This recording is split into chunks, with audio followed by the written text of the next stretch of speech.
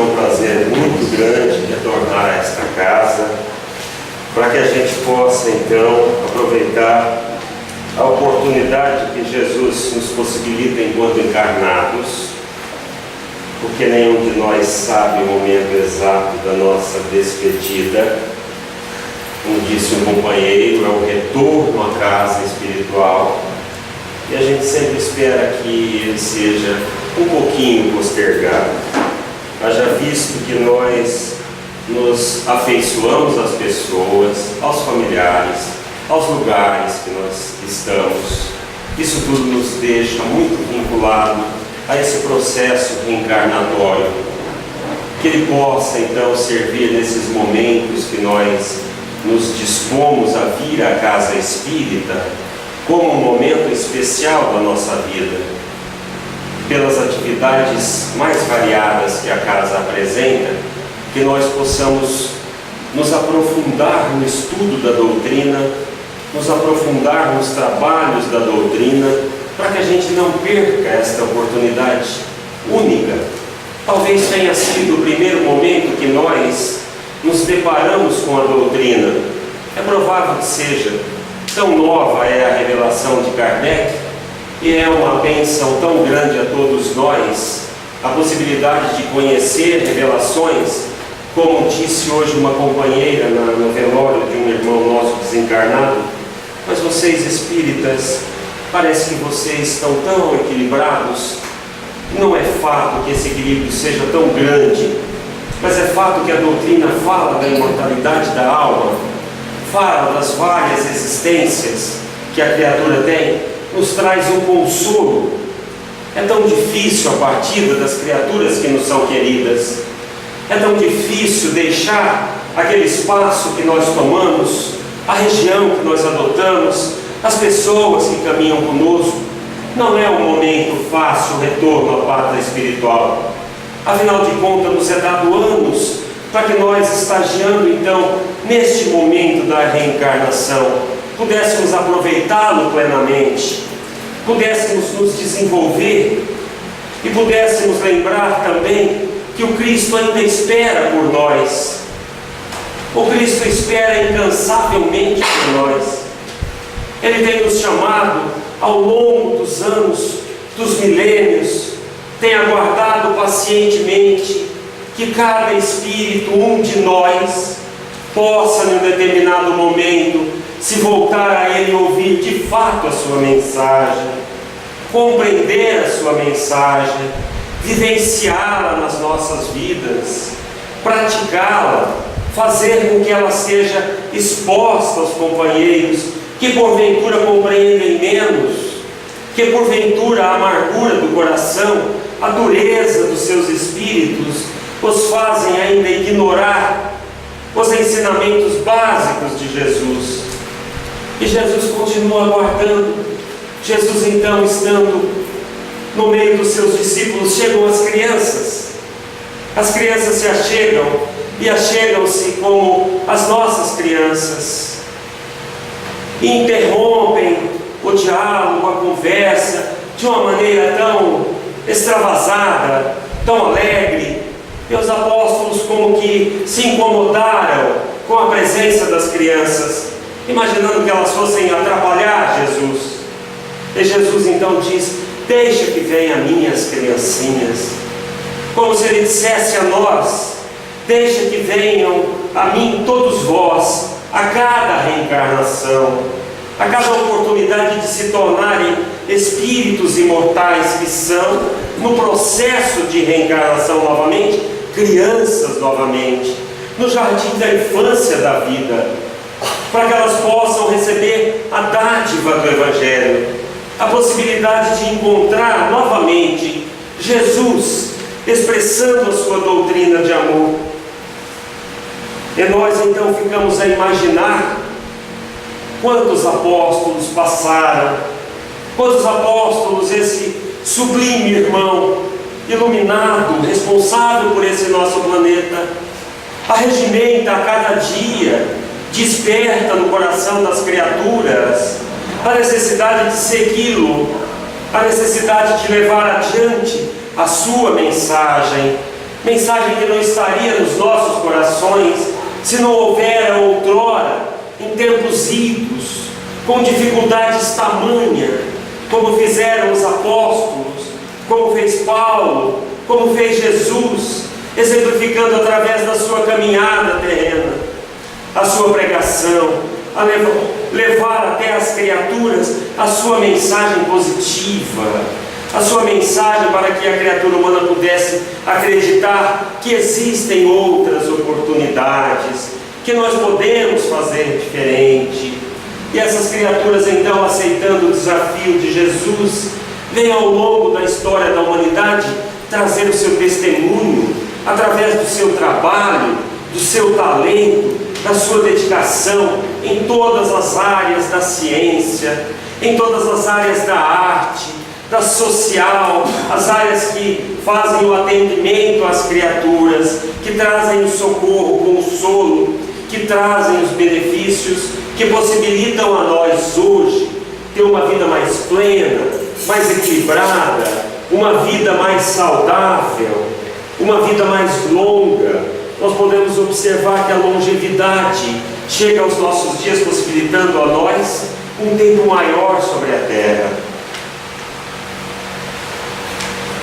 E esse tempo nos traz hoje uma qualidade de vida. Nós escolhemos então para o estudo da noite, para que nós pudéssemos então de uma maneira conjunta reflexionar, pensar melhor nesse processo todo. Pegamos o capítulo 8º do Livro dos Espíritos.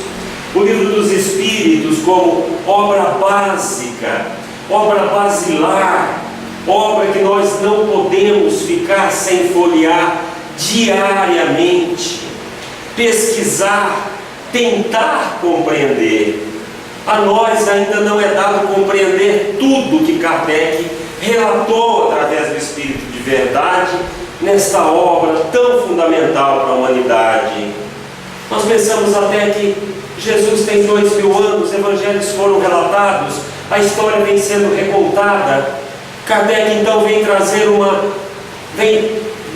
desabrir a nós, abrir janelas aos corações humanos de uma forma que nós não sabíamos.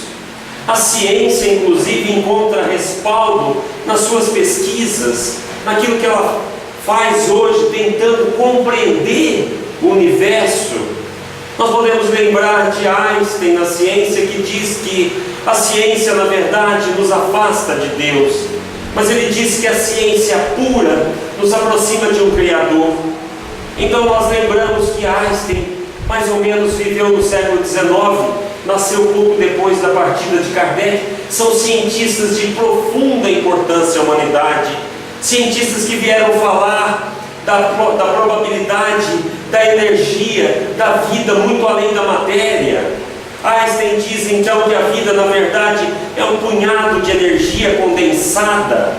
Ele vem trazer luz sobre a humanidade para que todas as pesquisas que nós tivéssemos hoje, tudo aquilo que foi descoberto na área médica, em todas as áreas, fosse possível através do seu pensamento, da evolução do seu conhecimento, somado a tantas mentes brilhantes que trilharam a terra, que antecederam como apóstolos da luz. Muito embora estivessem em outras áreas, e muito embora houvesse sempre esse confronto, vamos assim dizer, entre a ciência e a religião, mas nós temos que compreender quando Einstein fala que a ciência afasta, a religião afasta, porque na verdade naquele século ainda, a humanidade mal tinha saído dos séculos das trevas. Os homens eram perseguidos, particularmente aqueles que tinham conhecimento, aqueles que traziam revelações, informações. E é possível até que, se nós vivêssemos a época um pouco antes, estivéssemos falando e praticando as nossas atividades mediúnicas, as nossas mensagens consoladoras, os livros editados sob Emmanuel por Chico Xavier, provavelmente todos nós estaríamos condenados à fogueira, porque a mente humana não estava preparada. Então, no momento que vem a luz, a preparação, que a ciência caminha, que a filosofia descobre pensamentos importantes, que que a psicologia traz o consolo e procura compreender o que é a mente humana, o que é a criatura humana. Então Kardec, neste século XIX, traz uma obra fundamental. Nós que somos espíritas, temos que conhecer com profundidade, temos que saber mais daquilo que é as informações já concatenadas, passadas à humanidade. Nós conhecemos muito pouco. A existência não vai ser suficiente para desbravar esses conhecimentos, para torná-los comum a nossas atitudes, ao nosso pensamento. Então, no estudo desta obra tão importante, nós pegamos através do capítulo 8 da parte terceira, que fala da lei de progresso. Tantas leis que Kardec relatou, tantas histórias, tantos caminhos importantes para a gente compreender como é que nós chegamos até este momento, como é que a criatura humana se manifesta através do sentimento, como nós nos apegamos. Então, quando Cristo vem falar que nós somos luz, quando Ele traz uma doutrina de amor, nós começamos agora a manifestar em nós os primeiros passos daquilo que é o amor, porque nós nos afeiçoamos às pessoas, nós nos afeiçoamos aos lugares, às coisas, conseguimos compreender, então ficamos nostálgicos quando perdemos essas criaturas de vista, ainda que por momentos, ainda que por instantes pequenos na escala do tempo, na eternidade dos tempos. O que é a nossa encarnação? O que é essa experiência terrena tão pequenina, tão rápida, tão fugaz? E como é que nós a temos aproveitado? Será que nós devidamente estamos conscientes que hoje vivemos no século XXI, através das informações, das revelações da ciência, do progresso da humanidade, que é isso que Kardec trata no Livro dos Espíritos? Então ele pergunta na questão 780, e nós observamos como era profundo a inteligência de Kardec, a sua habilidade, a sua capacidade de compreender o que estava acontecendo, as transformações que vinham, e ele é capaz então, com a sua mente brilhante, com seu espírito iluminado de um apóstolo da luz, de fazer com que os seus questionamentos se traduzissem em uma obra tão completa, tão profunda a nós todos, tão profunda a criatura humana dentro da sua história, na sua jornada terrena. Então Kardec pergunta aos espíritos se o progresso moral é sempre acompanhado do progresso intelectual. Olha que interessante. Ele pergunta isso e os espíritos respondem que o progresso moral é uma consequência, na verdade, do progresso intelectual, mas que ele nem sempre o segue de maneira imediata. E Kardec relata então, dizendo que os últimos 3 séculos foram séculos de evolução da ciência, das coisas materiais, mas que essa evolução não aconteceu no aspecto moral. E aí nós temos que nos reportar à temporalidade a qual Kardec viveu. Foi o século XIX, não é agora. Então ele dizia em 1850, mais ou menos por volta disso, que os 3 últimos séculos, se relatando ao 17, 16, 18, voltando atrás. Então ele já relatava que naquela época a humanidade tinha dado saltos, muitas coisas estavam sendo descobertas, o homem começava a transformar o mundo. Então ele falava, o progresso da ciência é muito grande. E aí nós ficamos imaginando, se Kardec então estivesse entre nós hoje, talvez até esteja reencarnado, mas como ele olharia esse progresso do século XXI? Imagina a velocidade das naves espaciais indo a outros mundos. Naquela época não havia sequer aviões que cruzam os céus do planeta em 24 horas. Nós cruzamos do outro lado do globo, máquinas velozes, telescópios capazes de descobrir planetas tão distantes da Terra, e parece que as coisas vão se desdobrando às nossas vistas. Então nós, nos dias de hoje, pensamos assim, como Kardec à época, A ciência evoluiu muito, a ciência tem caminhado muito, a ciência se apresenta com uma grandiosidade inconteste à criatura humana, e nós não podemos ignorar ou achar, como determinadas correntes religiosas da época, que a ciência era um mal à humanidade, que a religião tinha e detinha todas as informações. E nós sabemos que isso não é verdade, porque o que nós temos hoje são benefícios que possibilitam a criatura humana caminhar de uma maneira diferenciada, se expressar, compreender outros mundos, procurar enxergar mais longe. E a ciência nos auxilia, porque ela vem falar da lei de evolução das espécies, dos mundos, da energia que Einstein tanto conseguiu pesquisar e colocar à disposição da ciência, e que agora nós encontramos confrontando-se com as informações espirituais. Na questão 27 do Livro dos Espíritos, fala um pouquinho sobre a questão de como é constituído o mundo. Então ele diz que é matéria e é energia, ele diz que é o espírito, ele diz que a matéria, há uma matéria sutil que nós não conseguimos tatear, que nós não enxergamos com sentido. Então a ciência vem falar dos buracos negros, vem falar do plasma universal. A ciência vem falar, como o Livro dos Espíritos, de matéria sutil como os gases, coisas que nós ainda não compreendemos, mas que faz parte da nossa constituição, que nós usamos nesse planeta, mas que a nossa constituição espiritual original, ela se modifica, ela se constitui de uma maneira diferente, e a nossa inteligência não nos possibilita enxergar. Tem hora que a gente quer ficar pensando, como é que é o espírito, como eu me desloco, como é que será que as coisas ocorrem no mundo espiritual. Elas não são muito diferentes daquilo que nós compreendemos aqui. Por isso que os pensadores de muito mais antigo diziam: conheça-te a ti mesmo.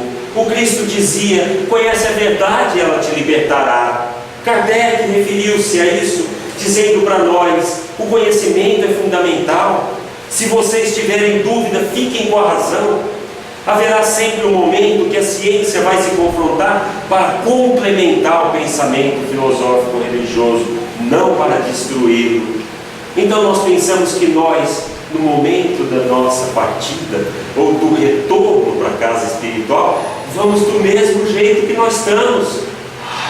E se nós não estudamos mais, se nós não compreendemos mais, se nós não fizermos mais, se a nossa limitação é pequena, que as coisas que a ciência fala, que a internet nos mostra, que a informação do mundo moderno, nós já não compreendemos mais, parece que estamos perdidos no mundo, vamos ficar perdidos do lado de lá, não vai mudar nada. Há uma ilusão, a qual nós imaginamos que uma vez desencarnado, tornou-se santo.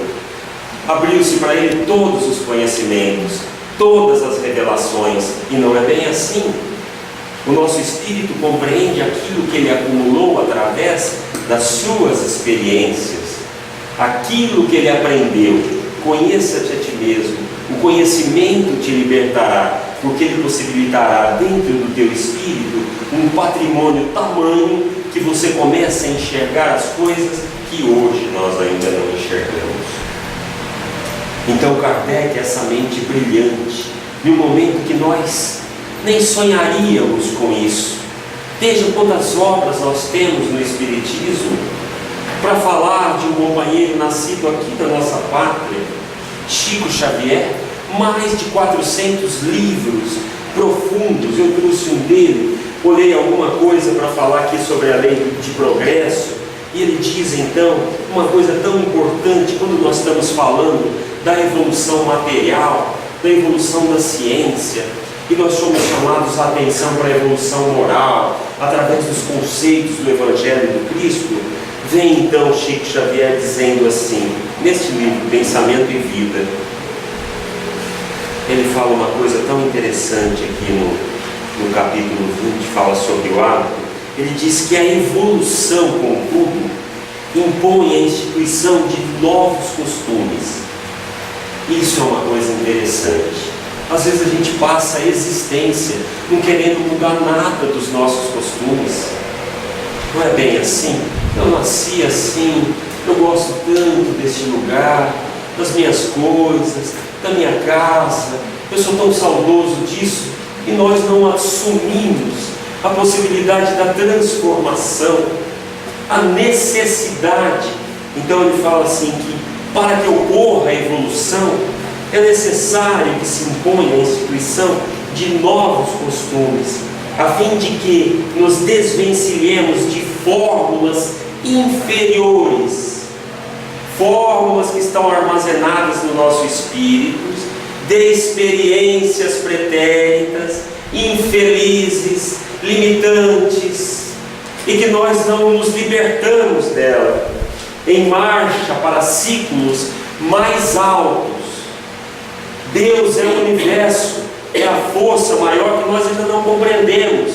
Isso tudo existe desde a eternidade. Nós é que não somos capazes de compreendê-la, porque o nosso desenvolvimento, o nosso caminhar ainda é tão pequenino que nós não conseguimos entender. Mas há irmãos nossos que nos antecedem, que têm a possibilidade de legar à humanidade informações tão profundas, conhecimentos tão profundos. Emmanuel traz obras essenciais, fundamentais, capazes de nos dar esclarecimento, sustentação, força, fé, acreditar que é possível ter uma sociedade diferente, que a humanidade está tendo um progresso, sim, muito embora nós no primeiro momento olhamos e dissemos assim: não existe progresso. Então será que existe?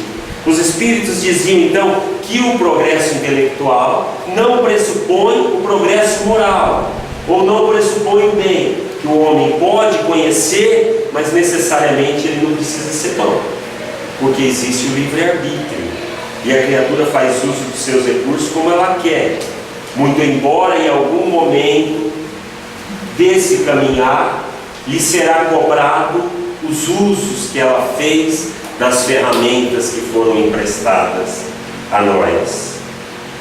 Então nós lembramos aqui como exercício, vamos pensar assim, vamos voltar a falar do progresso da ciência. Nós nos lembramos aqui, mais ou menos por volta do ano de 1928, havia os 10 anos que a Primeira Guerra havia terminado, e o Dr. Fleming, vinculado a um laboratório no Hospital St. Mary's em Londres, dedicava sua vida a pesquisas que fossem capazes de possibilitar à criatura humana um combate daquilo que eram as infecções através de micróbios que provocavam as feridas ou os ferimentos do corpo humano e destruíam as vidas das criaturas sobre a terra. E ele tinha a memória por ter vivenciado a Primeira Guerra e sabia que milhões de vidas haviam sido ceifadas. Então esse cientista passava a sua existência recluso em uma sala no laboratório do Hospital St. Mary's, e ele pesquisava através do seu conhecimento, do seu estudo e do seu trabalho uma fórmula, algo que pudesse combater as bactérias, para que a criatura humana, a pele humana, o organismo não fosse agredido por esses micróbios, por essas bactérias, e nem tampouco destruídos, ou que nós não sofrêssemos tanto. E é interessante que a biografia de Fleming diz então que ele, em agosto de 1928, sai em férias e deixa sobre as mesas, a sua mesa de trabalho, algumas culturas sobre as lâminas que ele usava nos microscópicos que ele utilizava para a sua pesquisa, e ele deixa ali, fato que não era normal deixar, mas ele deixa 3 lâminas dessas e sai em férias. Quando ele retorna em setembro, um mês depois, ele chega no seu laboratório, começa a juntar estas lâminas, coloca sobre uma bandeja para esterilizá-las, limpá-las. E nesse momento entra então um outro doutor, um amigo seu que também trabalhava junto às pesquisas, o Dr. Price, e questiona então o Dr. Fleming como vão as suas pesquisas com estafilococcus, como estão as pesquisas com as culturas de microbactérias. E ele então retoma aquelas lâminas e observa nesse momento que em uma delas havia se formado, como nas demais, um mofo porque era natural, tanto tempo exposto àquela cultura que ele trabalhava, aquele mofo se criou. E ele observa então que à volta daquele mofo havia um halo transparente, e aquilo chama a atenção do cientista, do médico. E depois que o Dr. Price sai, ele retoma e começa os seus estudos, e percebe então que ali, naquela cultura que ele havia deixado, aquele fungo que contaminou, havia algo naquela substância que provocava um combate àquela cultura que havia ali então sido deixada. E ele consegue descobrir então, através daquele fungo, que era o fungo penicilíneo, a penicilina, que veio determinar à humanidade um período antes dos antibióticos e depois dos antibióticos. Então, no ano de 1940, alguns anos depois, a ciência avança em cima desta pesquisa do Dr. Fleming e começa a produzir em escala industrial, porque a Segunda Guerra também ceifava milhões e milhões de vidas de pessoas e de soldados. E aí então é produzido, e a história da humanidade se divide entre a era dos antibióticos e a era anterior aos antibióticos. E aí nós ficamos pensando, todos nós já usamos antibióticos?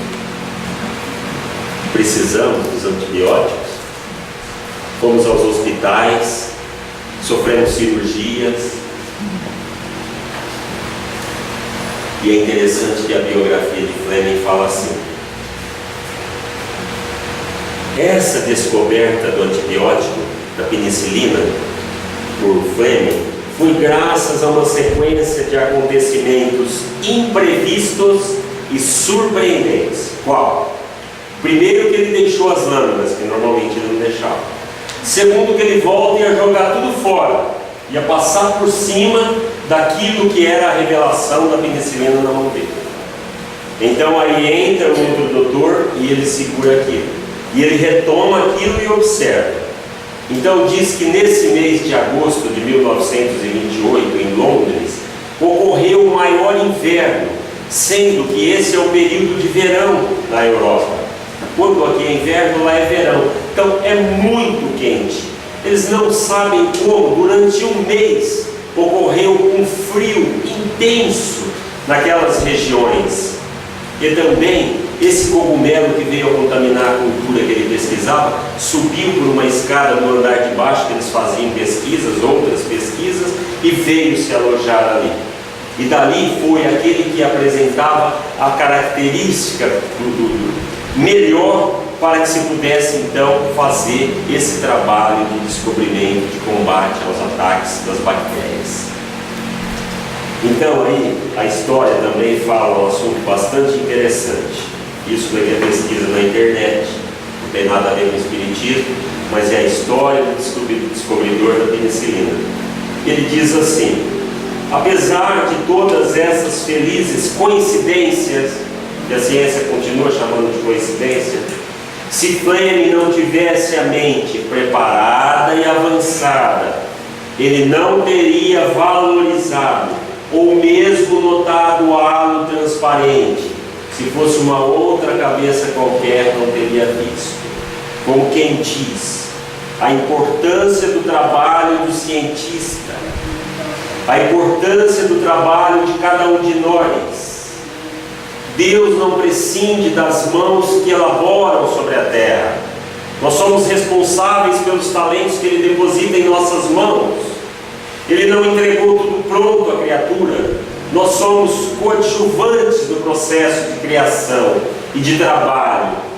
Então eu pergunto, um cientista como Fleming, que fez uma descoberta tão brilhante, capaz de nos ajudar, de nos curar, quantos filhos nossos, quantos de nós, curados pelo uso dos antibióticos, podendo ir aos hospitais e sair com o tratamento adequado, quantas vidas sobre a Terra, nesse curto período que Kardec ainda não vivenciava, descoberto pela ciência, foi acrescido ao bem-estar da criatura humana. Então nós perguntamos, é obra da espiritualidade?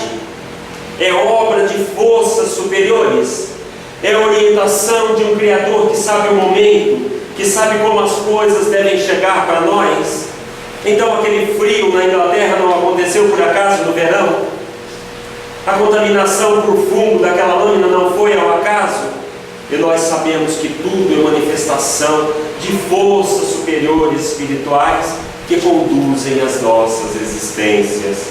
E nos consola saber que nós não estamos só no universo, que nós não somos criaturas que chegamos aqui ao acaso, que nós somos monitorados, mas compete sim a cada um de nós o trabalho de renovação, o trabalho do conhecimento, o envolvimento nos processos do progresso e do desenvolvimento, como relata Kardec. E tem uma outra questão ainda do Livro dos Espíritos, que fala um assunto bastante interessante. Kardec pergunta então aos espíritos qual é o maior obstáculo ao progresso. E nós ficamos a pensar, se fôssemos nós na frente do Espírito de verdade, que pergunta faríamos a ele? Se fôssemos Chico Xavier, que pergunta faríamos a Emmanuel? Quais as questões nos assolam? O que é importante para nós? O que é importante para a humanidade inteira? O que é que nós somos capazes de nos preocupar para que nós pudéssemos descobrir? Então Kardec pergunta, qual o maior obstáculo? Ele gostaria de saber para que a criatura humana pudesse estar preparada. O que é que provoca esta dificuldade da criatura para que o progresso aconteça de uma maneira mais rápida, para que a nossa evolução seja mais rápida, para que a gente não se demore tanto no caminho. É urgente que a ciência continue as suas pesquisas, as suas descobertas. Ainda hoje há tantos remédios que não conseguem curar os males que a criatura apresenta, mas nós não podemos deixar de esquecer que a longevidade dos dias atuais, para a criatura viver 80, 90, 100 anos, não era assim no século XVII, nem tampouco no século XII. Nós vivíamos 25, 30 anos, 40 anos, não mais que isso, porque nós não tínhamos os recursos que nós temos hoje. E temos que lembrar que tantas criaturas abençoadas dedicaram sua vida inteira, continuaram a trabalhar no plano espiritual, a inspirar as criaturas, a orientar, voltaram para cá com a sua bagagem de conhecimento, novamente na lida sobre a crosta terrestre, para que pudesse trazer a nós tantos benefícios. Então Kardec nesse momento pergunta, qual o maior obstáculo ao progresso da criatura humana? O que vocês acham que é um obstáculo para o nosso crescimento? Quem já estudou o Livro dos Espíritos, está no centro constantemente, vai matar a charada. Oi? O orgulho e o egoísmo. Eu nem preciso mais vir fazer a palestra. Descobriu. Então ele citou aqui os dois obstáculos maiores à criatura humana. Na verdade, tudo se deriva desses dois obstáculos que nós temos: o orgulho e o egoísmo. Estas duas situações colocam a criatura humana em um ponto de estagnação moral, principalmente moral. Porque se nós estamos falando só do descobrimento da ciência, muitas vezes a criatura tem esse aspecto enraizado e ela até avança, mas ela não avança moralmente. Ela não avança moralmente, porque o egoísmo ainda mapeia as suas ações. Então o progresso não é completo, não existe a evolução, como falou Chico Xavier. A evolução pressupõe que as duas forças possam se equiparar. Se a ciência trabalha o descobrimento, trabalha o conhecimento, trabalha as coisas da matéria, nós temos que trabalhar a moral e o desenvolvimento das questões espirituais, para que a criatura humana seja plena, para que ela possa então fazer com que essas duas forças se unindo, as duas asas do conhecimento, da razão, da emoção, do amor, nós possamos então ser criaturas plenas. Não somos porque nos achamos superior às pessoas. Nós somos criaturas extremamente orgulhosas. Aquele de nós que ainda se acha o mais humilde, que já compreende o Espiritismo, está há muito tempo na lida, eu particularmente, quantas vezes nós nos encontramos nesse estágio? Quantas vezes do dia, de hoje, olhamos para alguém, para alguma situação, nos manifestamos de tal maneira que aquilo que está dentro de nós enraizado, um orgulho, nos colocando em posição de superioridade, quando Jesus diz, resumindo toda a sua obra, toda a sua doutrina, deixando um caminho único, claro, transparente, dizendo à criatura humana duas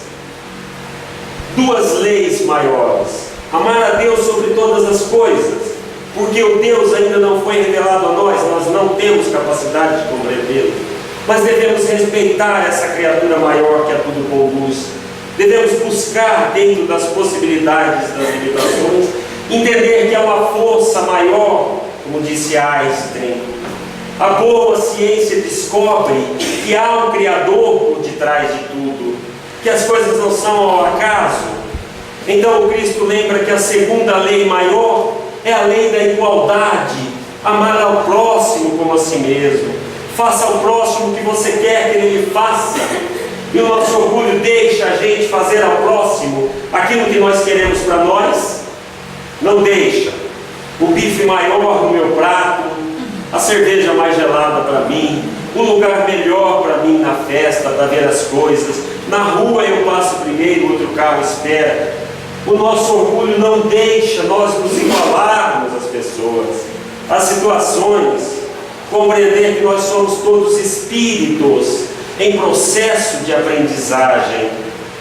Então, numa determinada ocasião, Einstein estava nos seus 13 anos em uma sala de aula, e o professor, então, dentro das suas explanações, em um determinado momento, diz: Deus não existe. Deus não existe. Quantas vezes nós próprios pensamos assim: não é possível que Deus esteja olhando a humanidade. Há tantas barbaridades acontecendo agora, tantas coisas ruins. Nós chegamos a questionar: será que Deus existe? Então o professor diz assim: Deus não existe. Deus não é bondade, Deus é perfeição. Como é que pode existir tanto mal? Se Deus existisse, não existiria o mal. E Einstein, dos seus 13 anos, da sua juventude, diz assim: professor, a noite existe, a escuridão existe. E o professor então, de surpresa, diz: mas é claro que existe, agora mesmo é de noite, é escuro aí fora. Se nós pudéssemos apagar todas as luzes, estaríamos aqui em plena escuridão, um breu total. E ele diz então: a escuridão existe. E aí Einstein diz: me desculpe, mestre, querido amigo, a escuridão não existe. O que existe é a ausência de luz. A ausência de luz.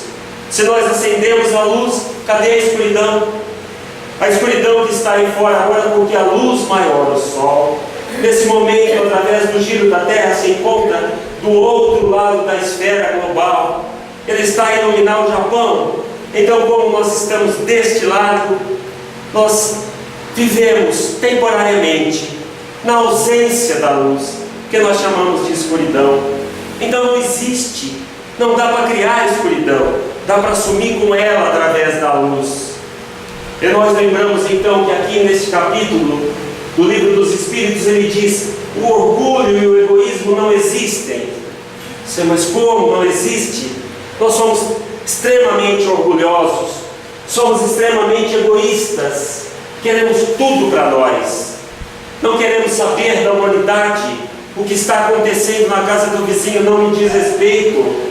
Eu preciso saber se a minha vida está boa, a do outro não é problema meu. Nós precisamos rever os nossos conceitos. O Chico chorava com as criaturas que sofriam, Jesus chorava. Jesus então, em um determinado momento, quando lhe apresentam a mulher adúltera, ele então fica aguardando aquelas criaturas, conhecendo as nossas falências, as nossas quedas, e diz então para as pessoas que o tentavam: aquele de vós que é perfeito, que não peca, que não erra, que não tem nenhuma mácula, que não tem nada que possa acusá-lo, pode atirar a primeira pedra. A lei é essa: atire a primeira pedra.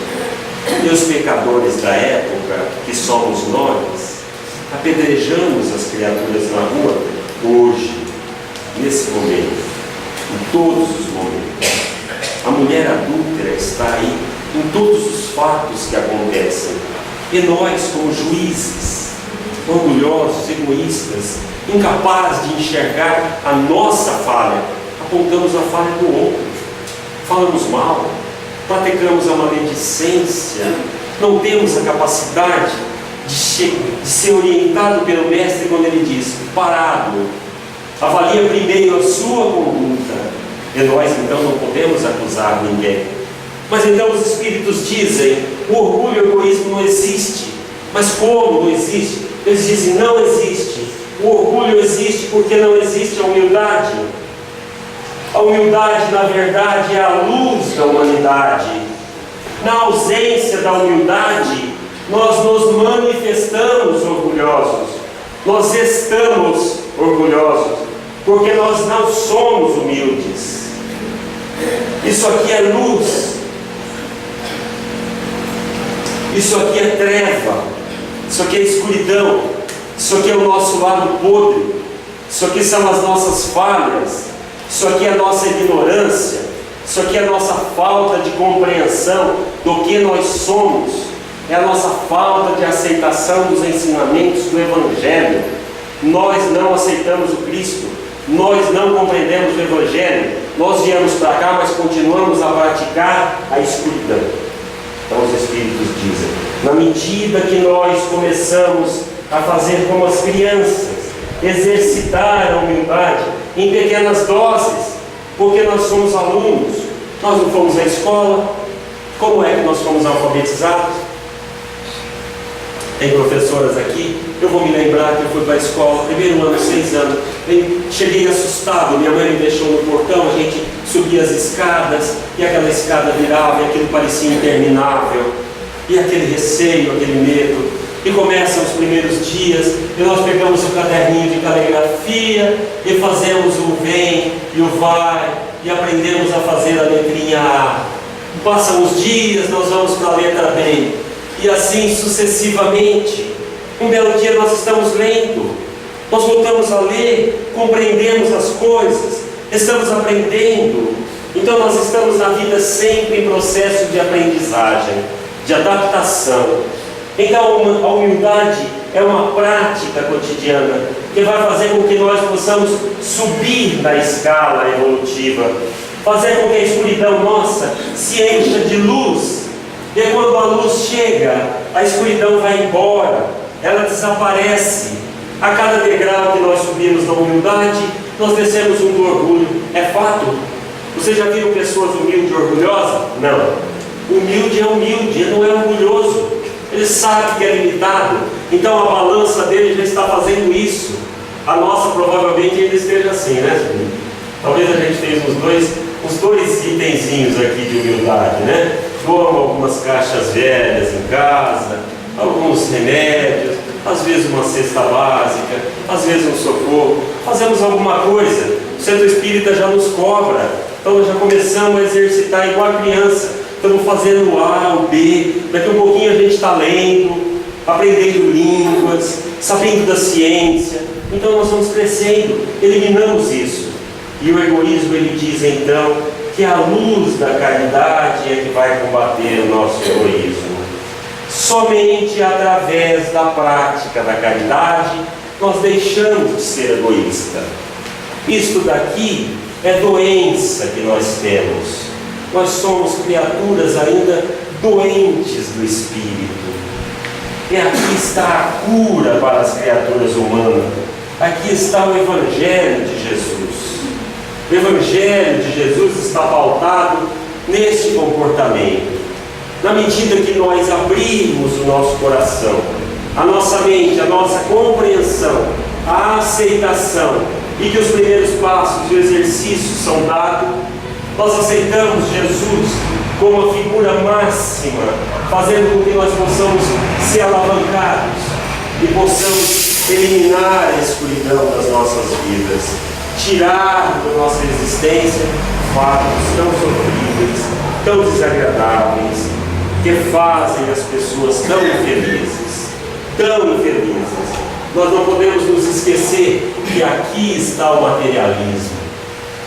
Na pergunta 799 do Livro dos Espíritos, desse capítulo, Kardec pergunta o que o Espiritismo pode fazer para combater isso.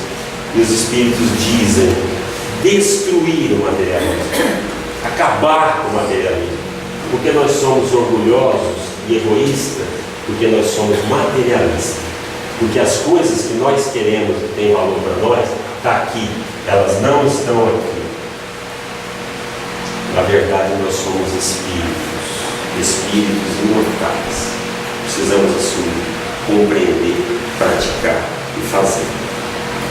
E para encerrar, não só falar um monte de coisa que dá sono em todo mundo, assim vai quase 40 minutos.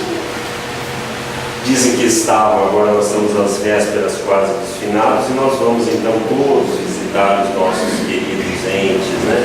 Uma visita simbólica, talvez o espírita não faça tanto, né? Mas a gente não deixa de ir lá olhar a fotografia da mãezinha, fazer uma oração.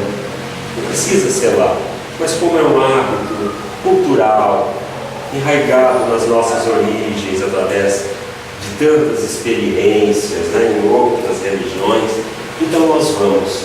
Ele disse que chegou lá, estava então um brasileiro no seu túmulo, passou ali pelo jardim, colheu umas flores, fez um buquê bonito e se encaminhou para lá. E foi lá então decorar, enfeitar aquele túmulo. Do lado ele observa que tem um chinês então, e que ele havia trazido para aquela visita um prato de arroz.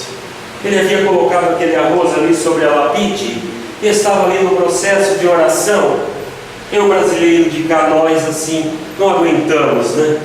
Não conseguimos ficar quietos e dissemos assim para o chinês: peraí, chinês, você acredita mesmo que seu defunto venha comer esse arroz?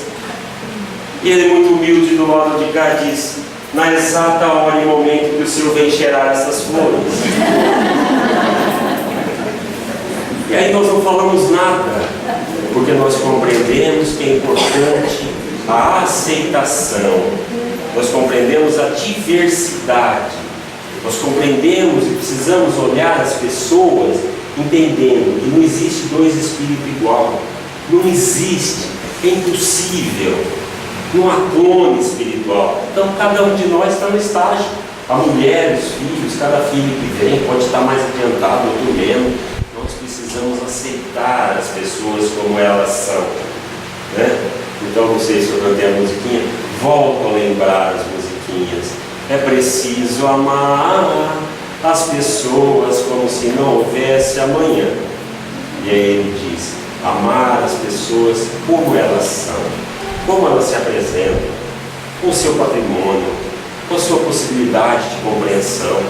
Se ela é menor do que a nossa, paciência, doutrina, ensino, socorro, sustentação, amparo aos espíritos que estão chegando jovens, deixar vir a mim as criancinhas, aquelas que ainda não têm todo o conhecimento, mas que eu possa ensiná-las, que eu possa socorrer as criaturas e que eu possa ser socorrido também, porque também somos criaturas limitadas, precisando de espíritos iluminados, como esses da nossa doutrina e tantas religiões que seguem no mundo hoje, ajudando toda a humanidade, fazendo com que haja transformação. Que Jesus nos ampare, nos deixe no coração a mensagem de amor do Evangelho e a certeza e a necessidade do estudo, do conhecimento, do aclaramento, do progresso, do desenvolvimento intelectual, da razão, para que nós possamos ser preparados para mundos mais felizes, mas habitados por criaturas capazes, plenas. Que Jesus ilumine e ampare a cada um de nós nesta noite.